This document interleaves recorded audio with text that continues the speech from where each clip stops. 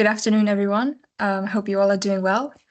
Thank you for taking the time out of your day and joining us for this joint webinar with the Georgia Department of Transportation and Quality Counts. My name is Sarah. I'm an administrator and near-miss technician at QC, and I will be introducing our speakers and what we'll be discussing for today.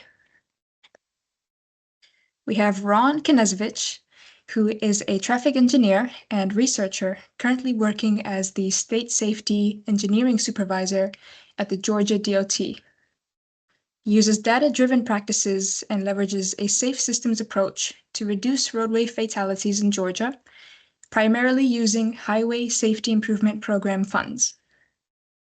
Ron is the GDOT Road Safety Audit Coordinator, Rural Active Transportation Plan Manager, Vulnerable Roadway User Task Team Co-Lead, Safe Routes to School Coordinator, and co-chair of the GDOT Safety Research Technical Advisory Group.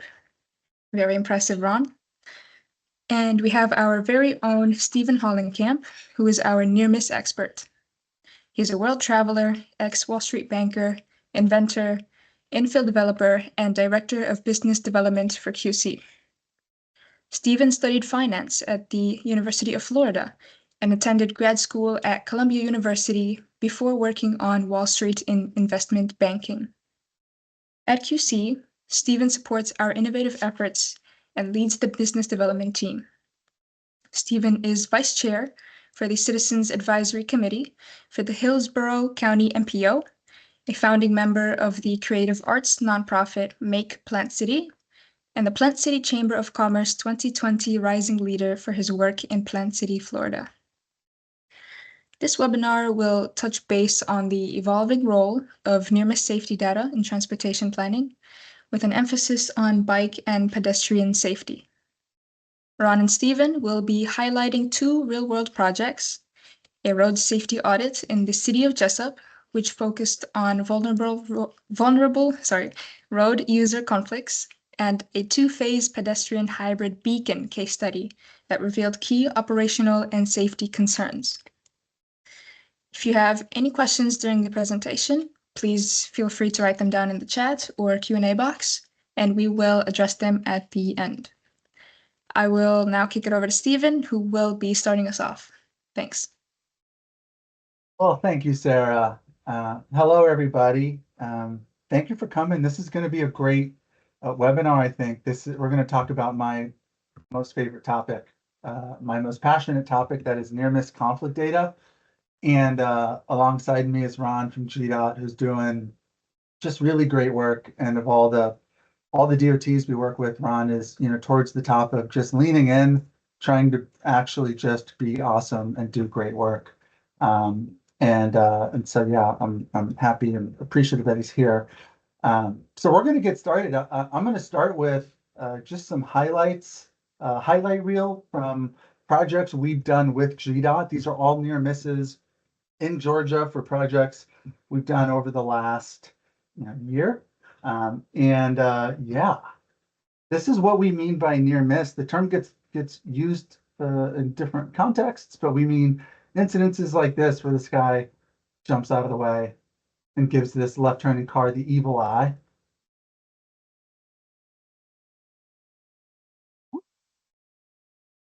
There's a guy on a scooter, probably just trying to get to class. Eesh. That is not a near miss. That is a direct hit. Here we have a nighttime near miss. I believe this is in Savannah.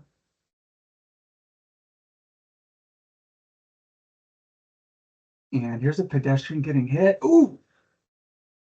Yeah, so we sent this clip the moment we saw it to Atkins, who's the prime on that project and contract. Atkins sent it to GDOT immediately, and they installed an LPI here in 24 hours. GDOT jumped on it. This was in Tybee Island, Georgia on the 4th of July.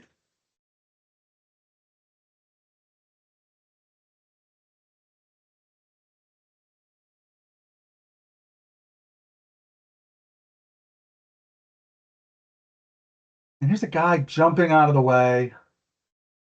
laying here on the ground, life flashing before his eyes. This was just a few months ago. But that's the point of near miss data, is to, particularly with VRUs, to add robustness to the VRU safety analysis, and hopefully identify these issues and do something about them before people need to be laying on the ground here. Okay, so next, Ron, you want to just take it over, Ron, and continue? Sure thing. I think if you should keep this, I'll screen share it. Just give me a second.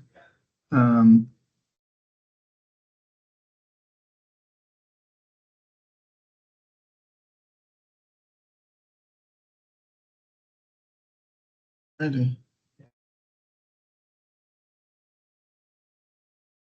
All right, so I got 3 takeaways for you all today. Can everyone see my screen? Yeah, we're seeing it. Great. First takeaway being video analytics can provide us with additional data to help us make more informed decisions compared to just pedestrian crashes alone. The second takeaway is that using video analytics helps us do these type of analysis in a shorter time period. A lot of those clips that Steven showed just now, we only use 24 hours of data. Though there's a lot of debate in the industry over how much time you should actually collect, 24 hours is pretty helpful.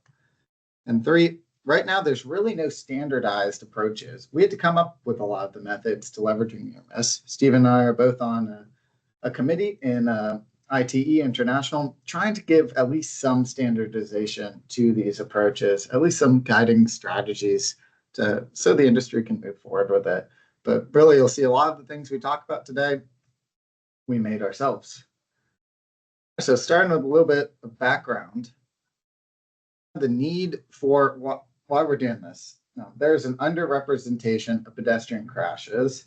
When I get asked to do a diagnosis, a safety diagnosis at an intersection, it looks something like this. We'll have tons of vehicular crash data, a lot of data points to make an informed decision, and then 1 pedestrian crash, maybe 2 if you're lucky. It's rare that you're getting more than 2 at an individual intersection. And if you are, then there's plenty of data, I guess. Nevertheless, we're typically dealing with this 1 crash, and that 1 crash is high severity, and in this case, it's a fatality.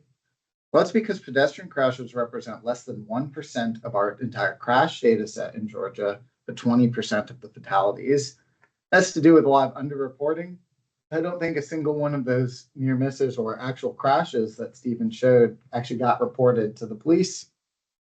Unfortunately, pedestrians often just walk it off.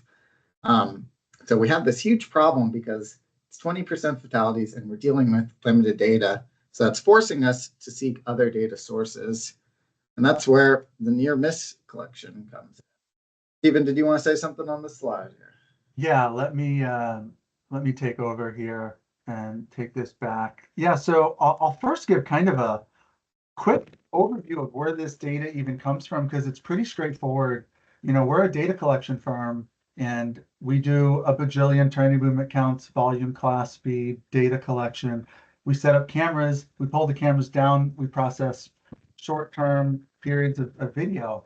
But the way we process them is different than other data collection firms. We process through an AI that we built. And so it's our own AI that turns vehicles, pedestrians, and bikes into blue lines. So what you're seeing here is what our AI sees when we upload video to it. Every little tiny squiggle is a vehicle, pedestrian, or cyclist. The green dots are where they start, the red dots are where they finish. And so we turn this into a turning movement count, and then we have a 9-step process of quality controlling it before delivering it to the client. Well, while that's all happening, also we're getting the near miss data, and we include the near miss data with our turning movement counts. So what you're seeing here is for every pair of trajectories, the AI identifies, did they intersect? And if they did, well, okay, what pixel did they intersect at? And then what's the timestamp of both objects at that pixel? And so silver car crosses, a second later, red car crosses, that's a 1 second near miss. Our system flags anything under 3 seconds and puts them all into an Excel report. It takes all the video clips and stitches them all together into these video files. And this is something we include with the turning movement count for little to no additional cost typically. Okay, so we're going to talk about two specific projects that we did for GDOT. One was through Atkins, the other was through AECOM. The first one's really kind of portrays the usefulness for VRU applications, and the second one was a unique one. I'm excited to show it to you because we just did it. So for those that have seen parts of this presentation before, you probably haven't seen the second half, the second example we're going to show. Okay, example number one, though, this was an unsignalized pedestrian crossing that was justified by near-miss data. And so this was a project in Wayne County, Georgia, in the city of Jesup. We've got a corridor. It's this corridor here. It's 1.5 miles long. And there have been 18 bike ped crashes over the last decade along this corridor. 18 over a decade, that's 1 or 2 per year, sprinkled about somewhere along this 1.5 mile long stretch. Not a very robust data set to work with. GDOT historically did 24-hour TMCs for a lot of their road safety audits. So then using us and getting the near miss data with it made sense. And so the way this worked, we got all the turning movement counts and we got all the near miss data at 20 locations. Up and down the corridor, each location we filmed for 24 hours. We set up typically 2 cameras, sometimes more depending upon the safety concerns. We pulled the cameras down, we processed, and we delivered all the data. And so I'll show you how this report looks. The report comes in an Excel tab or Excel file. We've got 3 tabs. The first tab is just high-level summary data. The second tab is full details on each location, the speed of the vehicles, all the videos, all the near misses. The third tab is just a user guide. And so this first tab, here we have our 20 locations, filmed for 24 hours. I set our system flags anything under 3 seconds. Well, it breaks them down by 1.5 seconds or less, 1.5 to 2 seconds, 2 to 3 seconds. And then it breaks them down by mode, vehicle to vehicle, ped to vehicle, bike to vehicle. This here, so we fully quality controlled the near miss report. So we watch every clip. Sarah is normally doing that. But anything that is a false positive gets removed. Anything that's wild or unique gets flagged and it goes into a highlight reel. Everything else here is additional analytics we add depending upon what the engineer finds useful for the project, what the safety considerations are, what countermeasures are being considered. But yeah, okay, so GDOT and Atkins, when they first looked at this project, this corridor, there were 3 locations that stuck out as maybe needing a PHB or an RRFB. Once the near miss data was pulled in, of those 3 locations, 1 was removed and 2 more were added. One of the locations that was added was Pine Street. So Pine Street, the history here, over the last decade, it's had 2 bike ped crashes, but neither were fatal, neither were very serious. And so it just kind of snuck under the radar a little bit, but it had the most pedestrian near misses, the second most bike near misses. We're going to watch the video clips here. And now it became one of the more important projects along the corridor.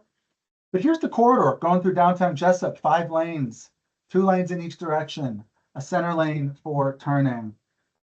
We have a normal day that we filmed on. It was a random Tuesday in April. Nothing special about this day. You're seeing basically all the 2-second or less near misses.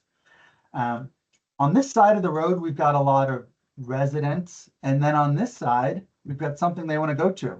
In this case, a Crystal Burger. This is a common situation in America. This guy's going to get bumped here. He's involved in 2 near misses, this first truck and then the second truck that actually hits him a little bit. That's the sort of event that rarely gets into a police report. Okay, so for everybody here that's still pretty new to near miss, and I think that's just about everybody still in the industry, the most important thing to know about near miss data and working with it, I think, is this. It's not about where people were hit. It's not even about where people were almost hit, but thank God someone swerved or slammed on the brakes, because those events are rare.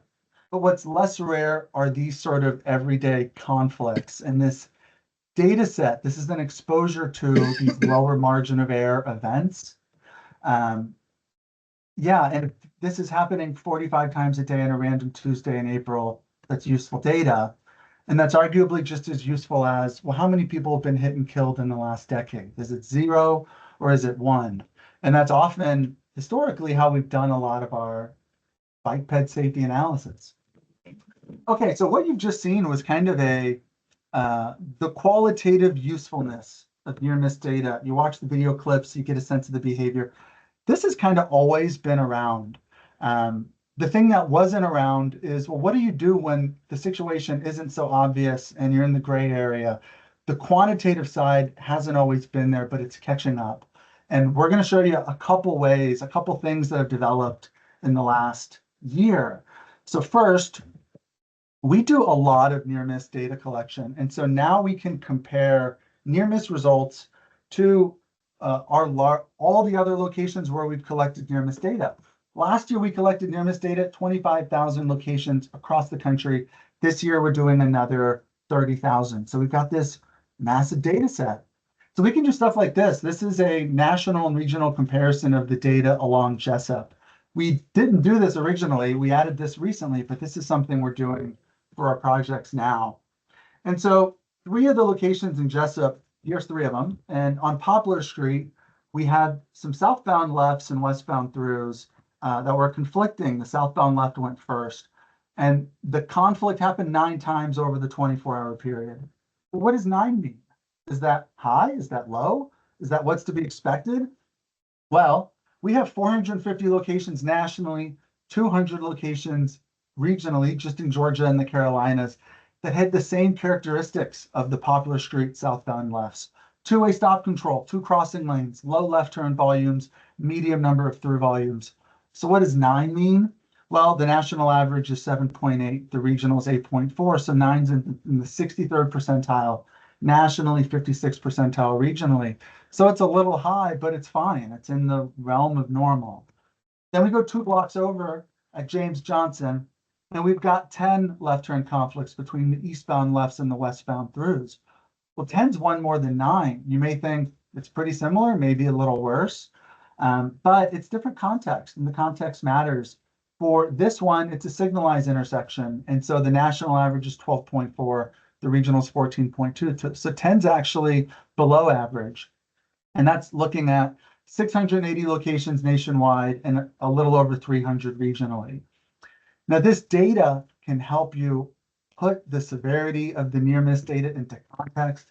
It can help you tell stories to the agency or to the public, and it can help you identify and feel confident that, okay, maybe if there is a problem at these 3 locations, it's the westbound lefts at James Johnson, where there are 17 conflicts, 8 in the 80th percentile.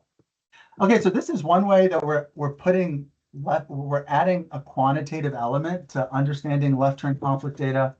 Ron is going to talk about how this data gets used in the VRU context. Ron, do you want to share your screen, or should I just push through the slides? I can share it pretty quickly Okay. right now, so that might be easier. One thing I'll just add to kind of what Steven says is he mentioned how, we're working with the consultants. It was AECOM and our Adkins in these 2 cases we're talking about today. But yeah, that we don't own this video data at GDOT. It's when we need near misses, it's the same thing as when we needed turning movement counts. We say, hey, we need turning movement counts for a road safety audit we're about to do. I call my consultant in the region. That consultant calls Steven. We try to get a near miss vendor on as a subcontractor or as a vendor on those contracts for our safety consultants. And then they provide back that near miss data simply as a data collection tool. It's not, I guess, a engineering analysis they provide, but they certainly have helped us come up with, I guess, this equation that we're leveraging for this road safety audit and now all of our road safety audits in Georgia. So what we're seeing is that same Jesup study that Steven just showed some videos from the road safety audit, either from complaints from the locals in the area or from crash data or from something came up that made someone say, we should look at a pedestrian crossing at this location. So we had 5 potential locations to consider. Now, what we wanted to do was predict a near crash cost from that near miss data. Historically, when we've done this analysis, we've used only crash data. Like I said earlier, it's 1 to 2 data points over the course of 10 years that we're leveraging. It's just not enough to make an engineering decision. So instead, we're leveraging predicted crash cost. So getting that P here, predicting a dollar value per 24 hours.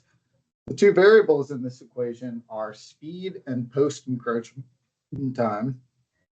What we've done here is we leveraged an ITE sandbox competition method. It's called the TODDY method. We tweaked it a little bit, tried to make it more accurate to our data in Georgia to find where are we actually improving our prediction of crashes the best to make this functional form the best. And this equation is developed specifically with pedestrian near misses at mid-block. So we took out signals from this. It's a little bit of a different animal at signals, not to say near misses can't be used in those contexts, but it's a different story, as well as any pedestrian crashes that were from turning movements. This is really just that, through movement, pedestrian at mid-block. We weighed this, though. We didn't want to ignore our historical crash data. So say there were live crashes at an intersection, that is good data too. So we're weighing it 50-50. You'll see we put this into a spreadsheet here. Each crash has a dollar value tied towards it. And you'll enter your crash data corresponding there. You'll see 2 crashes in this instance. So that's, if you've ever wondered what the value of a human life is in Georgia's traffic engineering industry, well, it's about $12.5 million. Now, as unethical as that might sound, we need ways to prioritize projects and putting everything towards the dollar and making sure we can get a benefit cost ratio. It's really the best way to do this. So it's just a method of being data driven. You'll see we put this all in terms of a yearly crash frequency to predict that dollar value per year. So we have 2 data points there.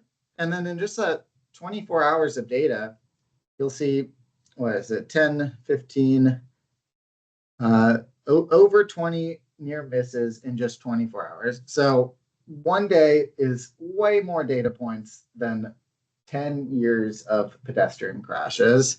So it really helps us make an informed decision about what we're trying to do and what countermeasures we're trying to predict and where we need to look better. What we'll do, you'll see this turns into, well, you enter your countermeasure. In this context, the only type of mid-block crossing applicable was a pedestrian hybrid beacon. In some cases, we also looked at just a median.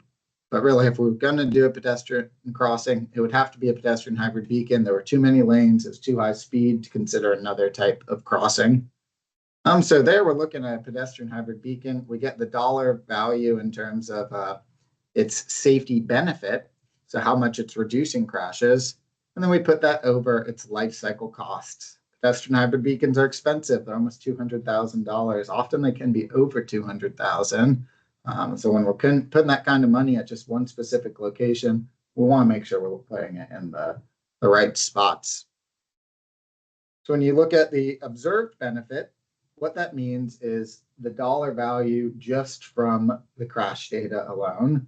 If you're familiar with highway safety manual methods, you have an observed crash cost, which means historical crash frequency, and what that equates to in the dollar value. Predicted crash cost comes from that prediction model. In the highway safety manual, there's an equation to predict crashes. It's really lacking, particularly with mid-block pedestrian crashes. It's very difficult to develop equations for mid-block crossings. So right now they're just focused on a corridor level, and they're really not applicable to use for justification of mid-block crossings. So that's why we built our own and leveraged the near miss data for those cases. And then that expected value, and that combines both the predicted and the observed crash costs. And then you put that over its life cycle cost, meaning the cost of the treatment over how long we expect it to be out there. For PHB, it's about 15 years that we're expecting before it's going to need maintenance. That's going to cause nearly the same cost of the PHB to get a benefit cost ratio. And once we look at those cases again, you'll see that expected being what we used, weighing both the predicted and observed to prioritize our sites. You'll see observed crash frequency here was 46 and predicted was pretty low, closer to a value of 1.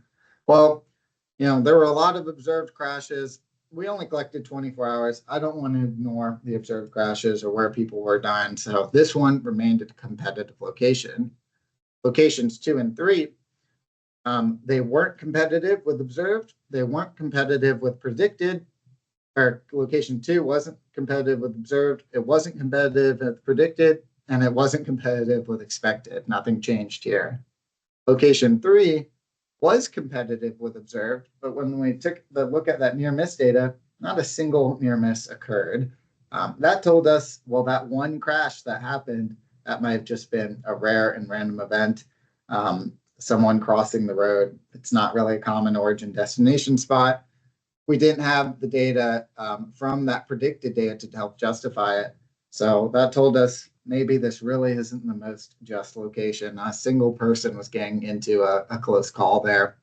And that led to an expected benefit cost ratio of 4.3. Typically, 5 is a competitive benefit cost ratio in Georgia for these mid-block crossings. Sometimes it should be closer to 10, really. But in locations 4 and 5, that's where the observed was not competitive. We might have had one pedestrian crash at these two locations at a lower severity. But like Steven showed in those videos before, people get hit and they often don't report the crashes. So there's likely much more crashes actually occurring. And that doesn't necessarily mean there aren't going to be more crashes in the future. You can't prevent crashes that already happened. You can only prevent crashes that might happen in the future. It's for some reason that's hard for engineers to grasp, that the crashes that already happened aren't preventable. There's no such thing as a preventable crash. They already happened. We can only look forward to see where a crash is going to happen, and what data can we use to predict where crashes will happen in the future. It's just a matter of, do you want to handcuff yourself and only use observed crashes, or bring in more data like this near miss to make a more informed decision? So in these two cases, where the predicted crash frequency was fairly high, that gave us a predicted benefit cost ratio of 15.6 and 25.6, leading to expected benefit cost ratios that are fairly competitive projects. And now we're pursuing mid-block crossings, or those pedestrian hybrid beacons, at these few sites. That's it with the justification of installing new PHBs. But what we've done here is evaluate, and this was a study in partnership with AECOM and Quality Counts, an existing pedestrian hybrid beacon. Now, Steven, did you want to give the background on this one here? Yeah, I'll give the background. I'll also just say, yeah, if you're interested in that tool, I'm happy to send it to you. Reach out, let me know. But it's an Excel tool, and Ron said it's okay that we're kind of sharing. I don't know if GDOT has like published it or anything, but it, that's the tool I give to my around, right, staff and consultants. So yeah, feel free to give it to anyone.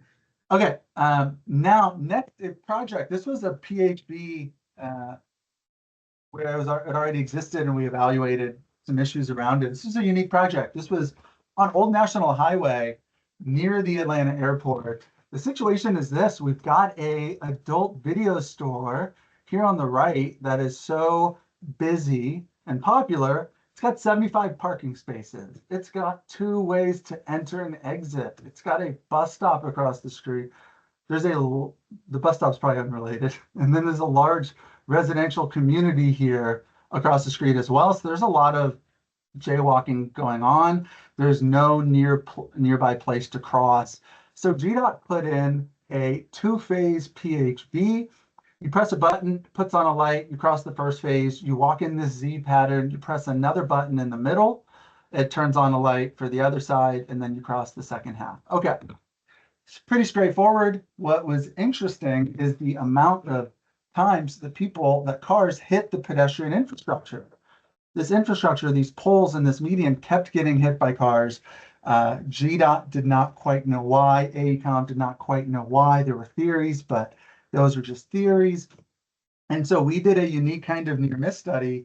We were not getting near misses between vehicles and vehicles or vehicles and pets and bikes, but it was vehicles and that infrastructure. And so, yeah, we talked with AECOM a few times. We got all the theories out there, and then we set up cameras in 10 different locations. We set up more than 20 cameras, just trying to capture every possible theory. So, yeah, and then we filmed for 14 days because this was kind of a rare event, or we assumed it's pretty rare, people hitting the infrastructure. So we wanted to film for much more than a day. So we filmed for 14 days. The results were we had 137 near miss events over the 14 days between vehicles and the infrastructure. So 10 times a day, somebody is getting kind of close to hitting the infrastructure. 98% of these were the exact same situations. Southbound throughs wanting to turn left. Of those, 43% occurred at night. So basically 4 times a night, there is some confusion on the part of a driver that is leading them to maybe hit this infrastructure. And so I'll show you what I mean. Let me pull up the video here. This was from the camera that caught, this the best. So you see these cars. Oh, actually, let me show this first. So this is what's going on. We've got cars wanting to turn left into the adult video store. They're on this long stretch where where the center lanes are to a left. And then they get to this spot where there's a median and they were kind of hitting it. Okay, now to the highlights. We'll see this truck, he's coming in, he wants to turn left, but he can't, so he goes back into the through lane. This car wants to turn left, they say, screw it, they got to get to that video store. Here's a car at night, having this confusion. GDOT put in these old bumps that worked really well from our sense of seeing cars, stopping here. Here's 3 buddies caravanning to the adult video store. Can't figure out how to quite get there. Here's a car making an aggressive maneuver. That one you can really imagine they get in the turn lane at the last minute, they hit the infrastructure. Here's a car going up the wrong way. That happened twice where they just didn't want to go around and make a U-turn. We also had cars making this unique maneuver going up the wrong way, here going left out of this other approach. This was the other 2% of the issues that we thought maybe were causing the problem. Okay, so Ron, do you want to take over and talk about the compliance piece of this? Sure. Okay, yeah, so that was an interesting one. We were getting a pedestrian pole hit probably every couple of weeks, it seemed like there. So now I see a comment in the chat. If they're used to performing that turn, they probably don't know they can't make that turn.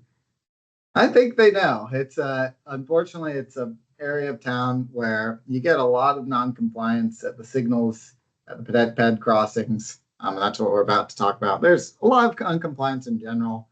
What we're actually doing on this corridor to hopefully make a longer term fix is, well, the whole corridor is getting a median. So those left turns into just that one store, there's a little bit more of an expectancy issue, I guess, is there hasn't been a median the entire corridor. It's just been a big 2-way left turn lane. So people are driving in it, ready to turn, and then, whoa, there's a median. And there isn't, I guess, another good way to make that turn without just making a U-turn or rerouting your route. So anywho, now looking at compliance, what we consider compliant is if you're in one crosswalk and not the other. It's not considering pedestrians that bypass the infrastructure totally, which is quite a few, unfortunately, and considering compliant pedestrians where they do it as intended. They walk through the Z crossing and walk using both crosswalks. What you'll see here is surveyed the busiest 12 hours. There were 129 pedestrian crossings, 38 only, or 29% used the Z. 91 did not, and you'll see kind of just what those pedestrians are doing. This is filtered just to those pedestrians on the corridor, and you'll see, well, you can see some of them actually using it, most of them just going straight over the Z, and then several people avoiding the infrastructure in general. I think if you want to hear more about this kind of poster, I encourage you to go to IT International in Orlando. We have a poster on a similar topic to this, as well as a presentation session on that same topic as well. So Stephen, turn it back to you if you want to share, I guess, the videos of some of these PED crossings. Yes, this project included that compliance study. It also included near miss studies. Now we're going to look at the near miss clip. So we've got some confusion on the part of the drivers trying to turn left. We've got maybe confusion on the part of the pedestrians. They have to push a second button in the middle that may not be obvious, or they may think cars are just going to naturally slow down more because there's a crosswalk, but they're not. They're moving kind of quickly. And these were just some of the highlights of the near misses. You can see how fast some of these cars are moving. And then it crescendos into this guy diving at the last second out of the way, light flashing before his eyes, wondering, should he have Z'd across this crosswalk instead of being non-compliant? Okay, yeah, that's it, guys. I think we'll open it up to questions, unless, Ron, you have any closing thoughts on this location? I just saw some comments I was going to answer. Yeah. Related to the question, but yeah, what we can do about these compliance issues, I guess, is at least some of those pedestrian actuation that isn't from just pressing that push button. It's something we're digging into. Pedestrians not using the infrastructure entirely can be difficult. That's why it's always best to try to make sure you know exactly where pedestrians are crossing, so you capture that origin destination the best. But funneling techniques, whether it's spiky bushes is the best one I know of to help funnel pedestrians towards mid-block crossings. I've seen fencing in many areas. A lot of time fencing gets hit. And that this is the #1 most dangerous section, mile segment in Georgia for pedestrians. So it's a top tier one, and it's definitely a focus of GDOT. All these kind of issues we're experiencing. Yeah, without that, I saw one question of how are people supposed to access that store? The answer is a U-turn or rerouting. Some people, I guess, can't grasp the concept of U-turns, though, that are available, or using another route that you're not used to. But it's a lot easier to grasp when there's been a median there, or there's a median there the entire time. There really is no other option. Someone asked for the spreadsheets. More than happy to send those out. Even if you got it, you're welcome to send it out. They should be able, they'll probably just need to edit their crash costs for their own state.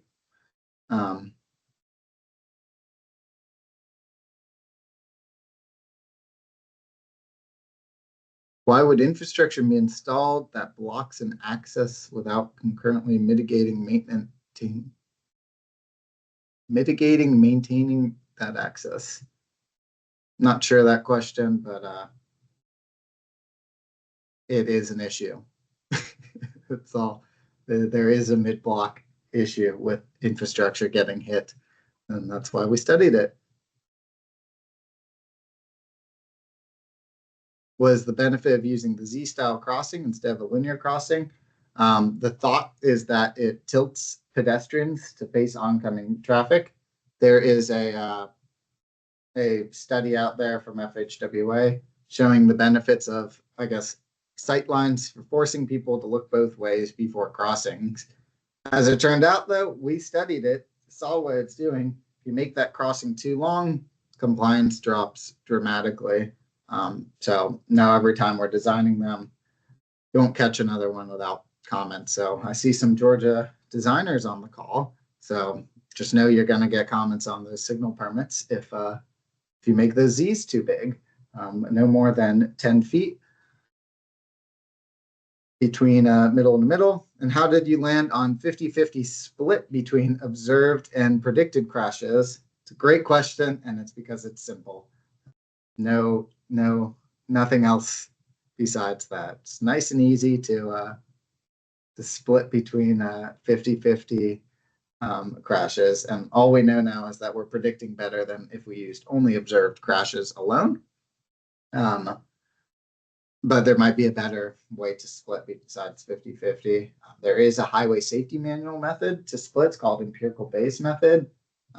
That's not applicable unless you're using a negative binomial model, though. And we did not use a negative binomial model, so really it doesn't make too much sense for other types of prediction models. And it doesn't really make much sense in general, honestly. I'm not sure the data scientists who made that model. But yeah, 50-50s because it's nice and simple. I'm very interested in finding a better way to weigh observed and predicted crashes. It's probably 3 I can think of that I want to experiment with and see which ones helps us predict crashes the best. Lighting is one that someone brought up as a countermeasure. Yes, lighting is something we're doing at that location now, actually. The problem with lighting is locals maintain it often. Did you look at ped paths prior to locating the island? This was installed probably before I came here, but yeah, before when we installed pedestrian hybrid beacons, we just didn't have that much data. So near miss data wasn't really a big thing when this was installed, or at least wasn't a big thing in Georgia. I wasn't at the department, so I couldn't get my hands on this one when it was installed. So, people have to make their best guess. And unfortunately, if you're just guessing, you're focusing more on those engineering constraints like drainage and driveways rather than where people actually want to cross. So yeah, that's why it's really helpful to use this near miss data, not just to pinpoint what locations we should put a PHB or not put a PHB, but really fine tune where exactly that PHB should go. And we usually do that not just based on near misses, based on crossings, total crossings in general, just where most people want to walk. Okay, Let's see it. Yeah, I'm going to answer Kelly's question. She posted in the Q&A a couple questions. First, so Kelly asked about the national comparisons, if they're included in our reports now. Yeah, they are, Kelly. It's a recent thing. We add it, we only do it for the permitted left turns. We don't do it for bike ped near miss data. We find it's most useful for putting permitted left turn conflicts into context. But yeah, then the other question was on PET. Kelly asks, okay, we have cars that, a left turn that goes after the through, and then before the through, and after the through is less dangerous. And yeah, that's exactly right, Kelly. When it comes to left turns, if the left turn turns after the through, we don't call it a near miss. We don't flag it. It's not in our reports. We find that data is just a little noisy and not very useful. It just kind of overwhelms you with noise. So we only include where the left turns first. Kelly also asks about speed. If we're going to start including speed, we do get speed now in our near miss reports. It costs a couple $100 more for a 24-hour period, but we can get the speeds of the throughs. That's what we do. Is we get the speeds of the throughs. And then so when it comes to vehicle left turns or conflicts, the left turn has to turn first for it to be a near miss. When it comes to vehicle and pedestrian conflicts, whether or not the car went first or the pedestrian or bike went first, we still call it a near miss. But in our reports, you can break them out. What group went first, what group went second, if you want to distinguish between those two. Ron, you want to comment on that question? Yeah, the other thing we're doing with those left turn opposing through crashes in Georgia is looking at the times of day if we want to do a protected left turn is most applicable. Like I said, we do have a robust vehicular crash data set in Georgia, and it can kind of tell us whether we should or shouldn't do a protected left turn just based on the crash data alone, but it definitely can't tell us if we only want to do it for certain times of day, what hours of the day we should protect, because the amount of crashes for a specific movement in a specific direction in a specific hour is super limited, particularly if there's been anything upgraded to a signal. So that's where the near miss data just gives us a lot more data points. And again, only 24 hours really is needed to make that kind of decision. So that's been done in the past. I see a lot of other questions about countermeasures we're looking to do on our most dangerous road in Georgia. Note that a road safety audit was conducted. We now have near miss data on the corridor, and we are exploring all types of countermeasures. I guess the countermeasures we're doing isn't really part of the study, but yes, traffic calming to what we can do that is financially possible is definitely being explored. Roundabouts aren't really an option on a road with this high of a volume. So what traffic calming means is extremely challenging on a principal arterial, high speed, extraordinarily high volume roadway. So median is about all you can do. You want to touch, Ron, on Moshtaba and Howe's questions, and then I'll talk about Yanit. I'll answer Yanit's question. Sure. Has there been challenges with justifying countermeasures based on near miss data only? They haven't been permitted yet, but they're going through the permitting process, so we will see. But my manager is right there with me. Moshtaba knows my manager, Sam Harris.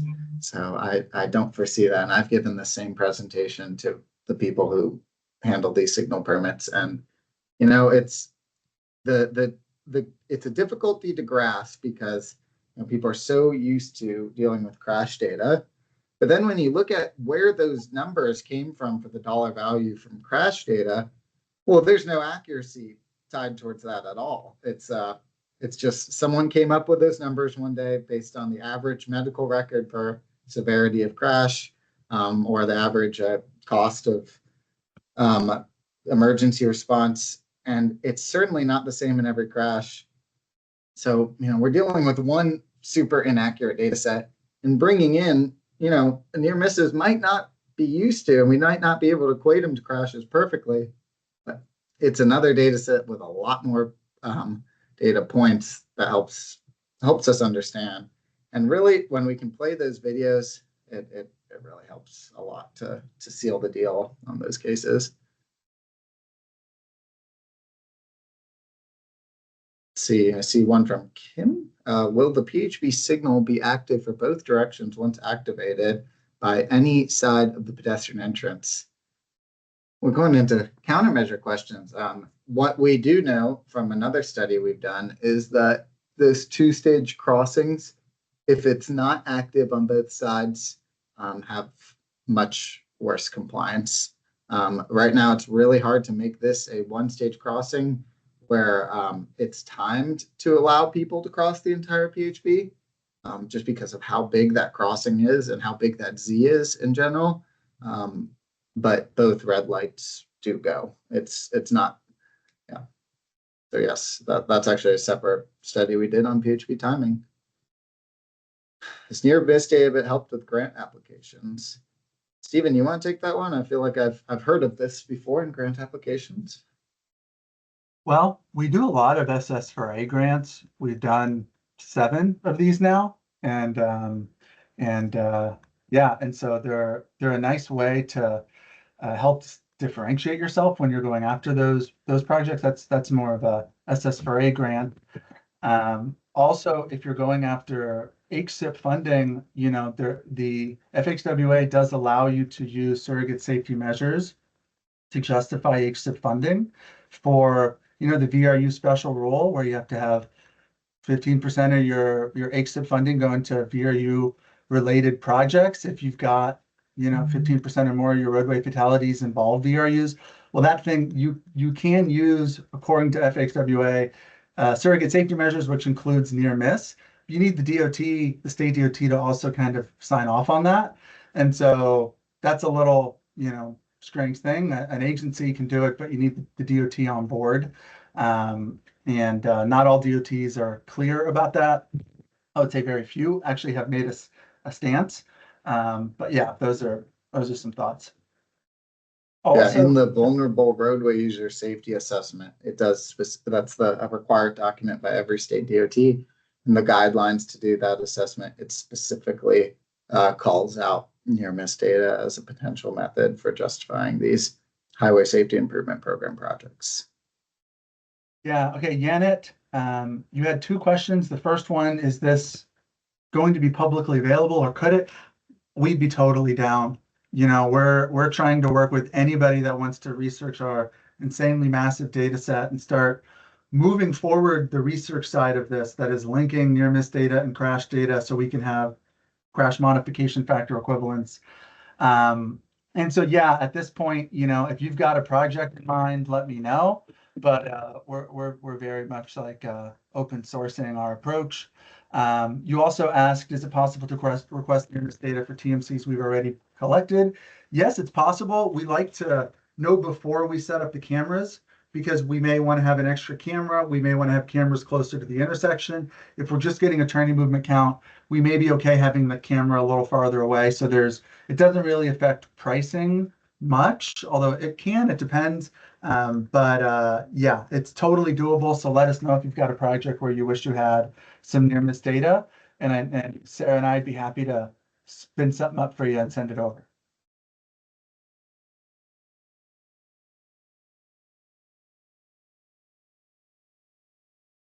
Did we get all of them? There was a question about PET versus time to collision. You know, we've always leaned in on PET. We think PET plus speed data is, you know, better than time to collision, kind of grouping the two together. But it also, it allows us to include near miss data with turning movement counts. It allows us to turn around the data a week later. It allows us to help you scale near miss into projects in a way that's cost reasonable. And when you go time to collision, it can take a lot longer. It can be a more complicated process, and then you got to raise the price for that. We're trying to get, you know, our vision is we think we can have an incredible impact on safety if we can get every safety engineer 90% towards where they want to be for like 1% of the cost. But yeah, there are groups that do time to collision. That's but we do post encroachment time and speed. I hardly see even when using the other vendors that do time to collision. I hardly see pedestrian crashers come up with time to collision. That requires someone to slam on their brakes to get a time to collision, I guess. And it just hardly ever happens. The pedestrian either gets it or they don't, or someone swerves. So it's a rare instance, I would say, for pedestrian at least. Yeah, and I'll say it gets back to what I was saying earlier, that like I don't think near miss data it should be thought of as identifying these almost crashes where thank God someone slammed on the brakes or swerved. Mm-hmm. Like that happens, but it's really just the instances that are a little more everyday and not the swerving, slamming on the brakes, because those are rare. And then you need to film for weeks. And it's like, for what? Then it's just so expensive.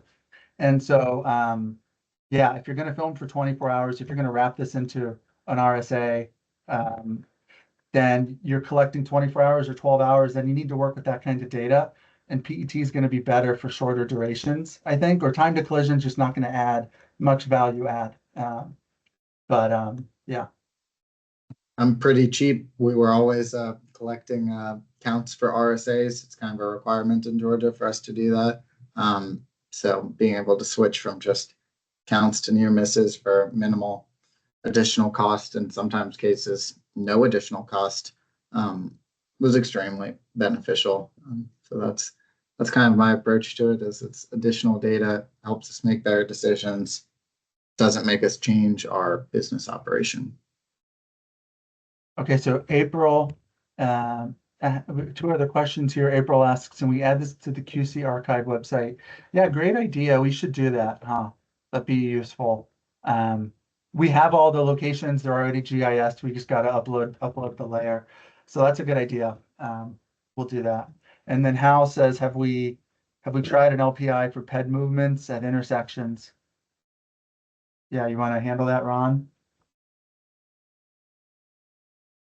LPIs are something we sometimes do in Georgia. We have used near miss data for that in the past. It's definitely not useful using crash data to justify LPIs. You pretty much get a maximum of 2 crashes over the 10 years of that. Again, it's a specific movement, specific type of crash.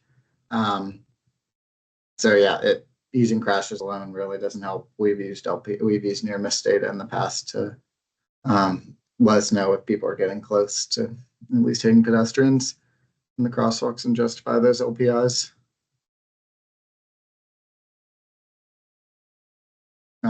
I guess you asked if it was implemented to help. Not sure what intersection you're talking about. If you're talking about the one in Savannah, we didn't check yet. That happened too recently. But yeah, LPIs are proven safety countermeasures. What's PTE? I think that's just a typo of PET. Yeah. Or us. Maybe I said PTE.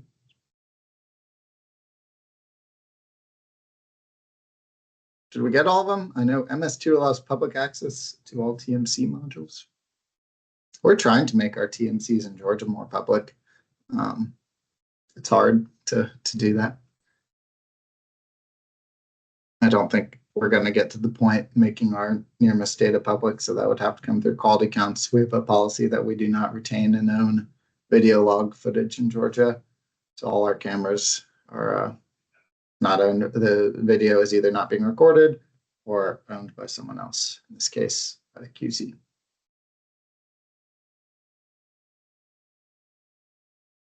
Well, any other questions? Fire away, everybody that's here. There's still 100 or so people left. So if y'all have any burning questions, please let us know for Ron or I. And the different modules, not the footage, just the data files.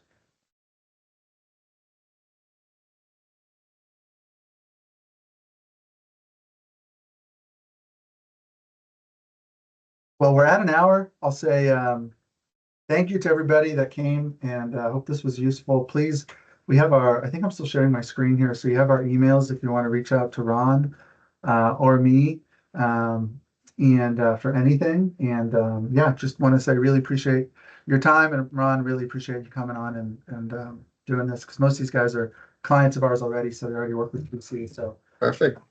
yeah, I really appreciate it. Yeah, I was going to add, Thanks. just in case anyone joined a bit late or would like to refer to this presentation in the future, it is recorded and it will be sent out to all the attendees.